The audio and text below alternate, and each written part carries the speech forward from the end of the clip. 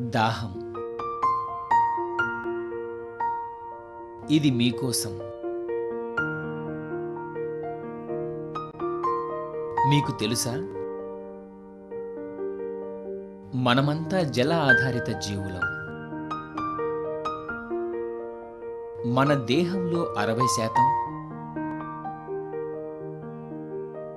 మన మెదడులో 70%, మన రక్తంలో 80% నీరే ఉంటుంది. మీరు ఒక నెల రోజుల వరకు ఆహారం లేకుండా ఉండవచ్చు, కానీ నీరు లేకుండా ఒక వారం కూడా ఉండలేరు. భూమిపై ఎక్కువ భాగం నీరే, కానీ అందులో మంచినీరు 3% మాత్రమే. మంచినీరు చాలా వరకు మంచు రూపంలో ఉంది. కేవలం 1% కంటే తక్కువ మంచినీరు సమస్త జీవజాలానికి లభ్యం.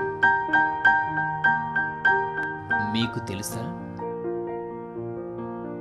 తీవ్ర నీటి కొరత ప్రారంభమైంది. మంచినీటి వనరులపై తీవ్ర ఒత్తిడి. 21వ శతాబ్దంలో జనాభా 3 రెట్లు పెరిగింది. నీటి వినియోగం 6 రెట్లు పెరుగుదల. ప్రపంచంలో కొన్ని కోట్ల మంది రోజుకు అన్ని అవసరాలకు 10 లీటర్ల కంటే తక్కువ నీటితో మనుగడ. ప్రతి 5గురిలో ఒకరికి పరిశుభ్రమైన త్రాగునీటి లభ్యత లేదు. ఒక అంచనా ప్రకారం పెట్రోలియం నిల్వల కంటే మంచినీటి లభ్యత మరింత వేగంగా అంతరించవచ్చు. నీటి లభ్యత సరిగా లేని కారణంగా ధాన్యం ఉత్పత్తి తగ్గుదల. దీనివలన ఆహార కొరత మరియు ఆహారం మరింత ఖరీదు.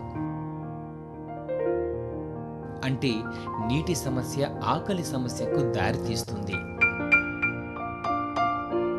ఈ విషయాలన్నింటికీ అర్థం ఏంటి?